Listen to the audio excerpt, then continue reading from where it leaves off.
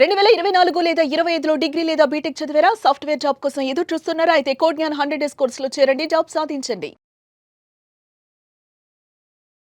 నమస్కారం ప్రియా చౌదరి గారు. నమస్తే అమ్మా. ఈ మధ్య సోషల్ మీడియాలో మీరు ట్రెండింగ్ అనే పదం మీద కొన్ని చూసుంటారు, కొన్ని పిక్స్.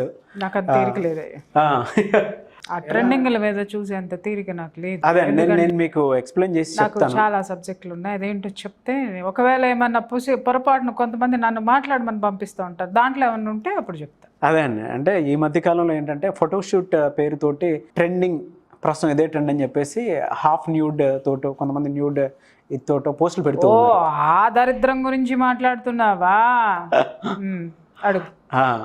అంటే ఎలా ఏ విధంగా తీసుకోవచ్చు అంటారు? అంటే ట్రెండ్ మారుతుంది కాబట్టి ఆ విధంగా అప్డేట్ అవుతున్నారని తీసుకోవాలా, లేదు అని అంటే సొసైటీకి ఇటువంటి పోస్టుల వల్ల ఎఫెక్ట్ ఏమైనా ఉండే అవకాశం ఉంటుందని అనుకోవాలా? నాగరాజు గారు, మరే మన గొప్ప సోకాల్డ్ సైంటిఫిక్ రీజన్లు అని మాట్లాడే మేధావులకు ఒక క్వశ్చన్ ఇద్దాం అనుకుంటున్నాను. మనిషి దేని నుంచి పుట్టాడు సార్? ఏదో చెప్తారు, కోతి నుంచి పుట్టారని కొంతమంది చెప్తారు, ఇంకేదో జీవి నుంచి పుట్టారని చెప్తారు, ఇంకేదో. మొత్తానికి ఒక జాతి నుంచి అయితే మనిషి తనకు తానుగా ఎలా పుట్టాడు, ఎలా పరిణామం చెందాడు అనేది కదా. ఇప్పుడు ఇవాళ ఒకప్పుడు మనిషి పుట్టినప్పుడు గుడ్డలు లేవు సార్, గుడ్డలు లేకుండా తిరిగాడు, అర్థమైందా? అప్పుడు సృష్టి ఎలా జరిగింది అని అంటే అది అంతా కూడా ఓపెన్గానే జరిగింది. ఆ తర్వాత దాన్ని బట్టి అతను ఎదిగేటటువంటి పరిణామ క్రమంలో తనకి తాను మలుచుకుంటూ ఒక నాగరికత అనేటటువంటి మార్గాన్ని ఎంచుకొని నాగరికతలో భాగంగా ఏం చేశాడు? ఫస్ట్ తనకి ఒక ఇల్లు ఏర్పాటు చేసుకున్నాడు, ఆ తర్వాత ఆచ్ఛాదన ఏర్పాటు చేసుకున్నాడు. ఆచ్ఛాదన ఎందుకు ఏర్పాటు చేసుకున్నాడంటే నాగరాజు గారు, ఇక్కడ ఒక సృష్టి ధర్మం అనేది ఒకటి ఉంటుంది, ఆడ మగ ఇద్దరికీ కూడాను. అక్కడ ఏమైంది? పూర్వకాలంలో ఏం జరిగింది అని అంటే ఒక ఆడదాన్ని 10 మంది ఇష్టపడేవాళ్ళు, లేదా ఒక ఆడదాన్ని ఒక మగవాడిని వేరొకళ్ళు ఇష్టపడడం అనేది, కొట్టుకుంటాలు, చంపుకుంటాలు, ఇవంతా కూడా ఆటవికత అంతా ఉండేది. అంతా ఆలోచించిన తర్వాత ఇదంతా వద్దు, ఒక పద్ధతి, ఒక క్రమం అనేది ఉండాలి, ఒక నాగరికతలోకి రావాలి అని చెప్పేసి ఏం చేశారు అని అంటే కుటుంబాలుగా విడిపోయారు. కుటుంబాలు ఏర్పరచుకున్నారు, విడిపోలేదు, కుటుంబాలుగా ఏర్పడ్డారు. ఏర్పడిన తర్వాత ఒంటి మీద ఆచ్ఛాదన అనేది కప్పుకోవటం మొదలు పెట్టారు. ఒంటి మీద ఆచ్ఛాదన కప్పుకున్న తర్వాత ఆ ఒంటికి కావాల్సినటువంటి సెక్యూరిటీ ఇల్లు, ఆ ఇల్లు అనేది ఏర్పాటు చేసుకున్నారు. తర్వాత పచ్చి మాంసం తినే దగ్గర నుంచి కాలిన మాంసం తినడం మొదలు పెట్టారు. కాలిన మాంసం దగ్గర నుంచి కూరగాయలు తినడం మొదలు పెట్టారు. తిన్న తర్వాత వాటిని పండించడం మొదలు పెట్టారు. ఆ తర్వాత ధాన్యాలు పండించడం, వ్యవసాయం చేయడం, ఇదంతా నేర్చుకొని వచ్చారు. చివరికి ఏం చేశారు? ఫస్ట్ ఆకులు చుట్టుకున్నాడు, తర్వాత నారతోటి చేసిన చుట్టుకున్నాడు, తర్వాత టెర్లిన్ నుంచి పట్టు వస్త్రాలు నేయటం వరకు వచ్చి ఈ వివిధ రకాలైనటువంటి అభివృద్ధిని సాధించి ఒంటి నిండా బట్టలు ఎందుకు కట్టుకున్నాడు సార్? దీన్ని నాగరికత అందామా? ఇన్ని బట్టలు ఉండంగా, ఇంత ఇళ్ళు ఉండంగా, సంసారం అనేది ఉండంగా, కుటుంబం అనేది ఉండంగా, కొన్ని పద్ధతులు అనేవి ఉండంగా, వాటన్నింటినీ తొంగలో దొక్కేసి పొద్దున నాకు వచ్చినాయి ఒక పొద్దున కాదండి, నిన్న అనుకుంటా వచ్చినాయి పరంపర, ఒక 10-15 వచ్చినాయి. మేడం అంటే దరిద్రులారా అని తిట్టి పెట్టేశాను. వాటిల్లో 1-2 ఓపెన్ చేసి క్లోజ్ చేశాను నేను. ఎందుకంటే ఆ దరిద్రాన్ని పొద్దున్నే నేనేదో చూడాలండి, నాకు అర్థంగా కడుగుతాను, నాకు బోల్ పనులు ఉన్నాయి. నాకు ఈ దరిద్రాన్ని చూస్తూ కూర్చుంటే ఇంకొకటి కూడా మనాళ్ళు కూడా ఎవరో పోస్ట్ పెట్టారు, మేడం దీని మీద చేయండి అని అంటే చంపేస్తాను రా అని చెప్పేసి మళ్ళీ తిరిగి మెసేజ్ పెట్టాను, నన్ను పిలిస్తే చంపేస్తానని. కాదు, నువ్వు అడిగావు కాబట్టి ఇంక నేను తప్పించుకోలేను కాబట్టి నేను మాట్లాడాల్సి వస్తుంది. ప్లస్ మన కుటుంబ వ్యవస్థకి సంబంధించిన మాట్లాడుకుంటాం కాబట్టి ఇక్కడ మనం చర్చించాల్సినటువంటి అవసరం ఉంది. నా తెలియక అడుగుతాను, ఈ సోకాల్డ్ డెవలప్డ్ కల్చర్లో ఈ అభివృద్ధి సాధించాము, సాంకేతికలో ఎక్కడికో వెళ్ళిపోయామని మాట్లాడినాడు. వాళ్ళ గొడ్డలు లేకుండా మళ్ళీ ఫోటోషూట్లు ఏంటండి? నాకు అర్థంగా అడుగుతాను. నెంబర్ 1, నీ ఇష్టమైతే నువ్వు తీసి నీ ఇంట్లో పెట్టుకో. ముండమోపుల్లాగా తీసుకొచ్చి మీడియాలో ఎందుకు పెడుతున్నారు? ఒక్క విషయం చెప్తున్నా, ఇది ఈ కంటెంట్ చాలా అబ్జెక్షన్ తెలుసా నాగరాజు గారు? ఒక ఆడపిల్లని మగవాడు ఎదురుగుండా మగవాడు తనకు అభ్యంతరకరంగా చూస్తేనే ఆడపిల్ల వెళ్ళి కేసు పెట్టచ్చు. మరి నీ న్యూడ్ ఫోటో నా ఇంటికి వస్తుంటే నేను నీ మీద ఎన్ని కేసులు పెట్టాలి? ఎందుకనంటావేమో నా కూతురు చెడిపోతుంది, లేదా నా చెల్లెలు చెడిపోతుంది, లేదా నా ఇంట్లో ఉన్న పిల్లలు అదే వేషాలు వేస్తున్నారు, అదే వేషాలు వేస్తే ఎదురింటి పిల్లలు చెడిపోతున్నారు, నా ఇంట్లోనే మగ పిల్లలు అదే మొదలుపెట్టారు, అదే మొదలుపెట్టి ప్రొవోకేట్ చేస్తున్నారు. ఇక్కడ ప్రపంచం దునియాలో ఈ ముండమోపులు అందరికీ క్రేజ్ అయితే అది వాడు తీసి పెట్టుకొని వాడికంటూ ఒక గెలాక్సీ పెట్టుకొని ఆ గెలాక్సీలో ఉండమని చెప్పండి, ఆ గెలాక్సీకి పొమ్మని చెప్పండి, ఆ ఆటవిక తత్వాన్ని అంతా అక్కడ చూపించుకోమని చెప్పండి. అదంతా తీసుకొని వచ్చి గుడ్డలన్నీ ఊడదీసి నువ్వు ఫోటోలు షేర్ చేసి పబ్లిక్ ప్లేస్లోకి, పబ్లిక్ డొమైన్లోకి నువ్వు పెట్టావు అని అంటే నిన్ను ఏమనుకోవాలి? ప్రపంచాన్ని, సంస్కృతిని ఏ భ్రష్టు పట్టిస్తున్నావు నువ్వు? నిన్నగాక మొన్న ఒక విషయం జరిగింది నాగరాజు గారు. ఒక అమ్మాయి పాదాలు కనపడినాయనో కాళ్ళు కనపడినాయనో భగవంతుడి యొక్క కీర్తనని ఇది చేసిందని చెప్పేసి అని అమ్మాయిని విపరీతంగా మనము అబ్జెక్ట్ చేశాము. అబ్జెక్ట్ చేసి అమ్మాయిని తొలగించేదాకా మనం ఊరుకోలేదు. నేను అడుగుతున్నాను, ఇంత పవిత్రమైనటువంటి భారతదేశంలో భారత స్త్రీ యొక్క గొప్పతనం గురించి, ఔన్నత్యం గురించి, భారత సంస్కృతి గురించి మనం మాట్లాడేవాళ్ళం. ఒక్కొక్క మగాడు గుడ్డలోడ తీసే ఫోటోలు మన ఆడవాళ్ళ దాంట్లోకి వస్తుంటే ఎందుకు ఏ నోరు పెగలటం లేదు? ఎక్కడికి పోయినాయి ఈ సంస్థలన్నీ? అది నేను అడుగుతున్నాను, నాకు చెప్పండి సమాధానం. ఎంత ఇరిటేటింగ్ గా ఉందండి సార్. పొద్దున్నే సార్ మేడం ఫోన్ చేసి మరి, మేడం మీకు పంపించాను చూడలేదా?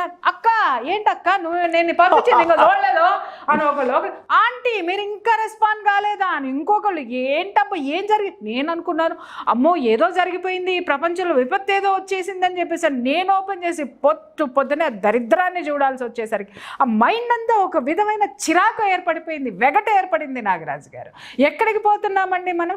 కోట్ల రూపాయల సంపాదన, అద్భుతమైనటువంటి విల్లాలు, విపరీతమైనటువంటి లగ్జరీ లైఫ్ పెట్టుకున్న నువ్వు ఒంటి మీద వేసుకున్నారు. గుడ్డ లేదురా నీకు? గుడ్డ లేదా? లేకపోతే గుడ్డ లేకుండా నువ్వు నీ ఇంట్లో నీ భార్యకి ఇష్టమైతే నీ భార్యను ఫోటో పెట్టుకోమని చెప్పు, ఇంట్లో పెట్టుకోమని చెప్పు. నీ దరిద్రమైనటువంటి న్యూడ్ ఫోటోని నా ఇంటికి ఎందుకు పంపిస్తుంది? పబ్లిక్ డొమైన్లో ఎందుకు పెట్టావు? పబ్లిక్ డొమైన్లో పెడితే నాకు 10 మంది పంపిస్తున్నారు, నేను ఎందుకు ఆ చిరాకులన్నింటినీ చూడొద్దు అని అంటావు? ఎవడేం పంపిస్తున్నాడో నాకేం తెలుసు? నా వాళ్ళే పంపిస్తున్నారు, ఏదైనా ఎమర్జెన్సీ నేను ఓపెన్ చేస్తున్నాను. ఆ చండాలని నేను ఎందుకు చూడాలండి? నీ మొగుడ నగ్న ప్రదర్శన నేను ఎందుకు చూడాలి? నన్ను ఎందుకు డిస్టర్బ్ చేస్తున్నావు నువ్వు? బుద్ధి ఉందా? ఏ ఆడవాళ్ళైనా ఎందుకు మాట్లాడరు? ఎక్కడికి పోయినాయి గొంతులన్నీ? భారతదేశం, భారత సంస్కృతి చెత్త చెదారము, అమ్మో అయ్యో అని నిక్కి నీలుగవాడు. ఈ విధంగా మన ఇంట్లో ఉన్న ఆడవాళ్ళని డిస్టర్బ్ చేస్తుంటే మన సంస్కృతిని నాగరికతని ఉన్నటువంటి హైందవ సాంప్రదాయంలో ఉన్నటువంటి స్త్రీని అవమానించినట్టు కాదా? వీళ్ళ నగ్నత్వమైనటువంటి ఫోటోలన్నీ కనపడుతూ ఉంటే పబ్లిక్ డొమైన్లో పెడుతుంటే ఎక్కడ ఐస్ ఫ్రూట్లు తింటూ కూర్చున్నారా? ఏం కదలరా? కనిపించట్లేదా? ఒక ఆడపిల్ల మీద అంత పడిపోయాం మనం, తీసేదాకా ఊరుకోలేదు మనం, చావు కొట్టి చెవులు మూసాం మనం. ఇది ఏంటండి? ఆడపిల్లలు బెడ్రూమ్లోకి వస్తున్నాయి ఈ ఫోటోలు. ఇది ఏ ట్రెండ్కి వెళ్తుందండి? మన ఇంట్లో మగపిల్లలు రేపొద్దున గుడ్డలోడు తీసుకుని ఏడదానికి చూపిస్తాడో అది రేపొద్దున మన నెత్తి మీదకి ఏమొస్తుందో. ఎవడైనా ఒక కేసు పెట్టాడంటే మనం ఎక్కడ ఉంటామో ఎవరికి తెలుసు నాగరాజు గారు? అవునండి, అవును. నోట్లో ఏం పెట్టుకుని కూర్చున్నారు వీళ్ళు? చింతపండు ఏమన్నా పెట్టుకుని కూర్చున్నారా? లేకపోతే గమ్ ఏమన్నా పెట్టుకుని కూర్చున్నారా? నోరు పెగలటం లేదా? ఆడపిల్ల కాబట్టి, అలుసు కాబట్టి అందరం పడిపోయాం.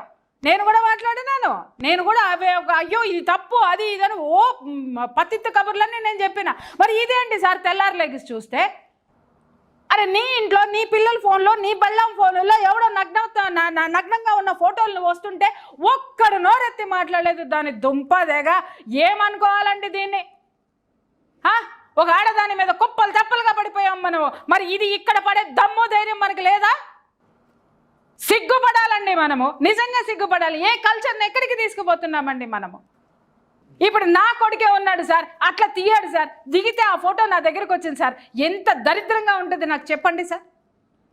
లేదు సార్ ఇంకొక అమ్మ వచ్చింది సార్, ఏందమ్మా ఇది అని నన్ను అడిగింది సార్. ఎందుకంటే ఈ ట్రెండ్ అన్నారు కదా, జాయిన్ ద ట్రెండ్ అని పెడుతుంది.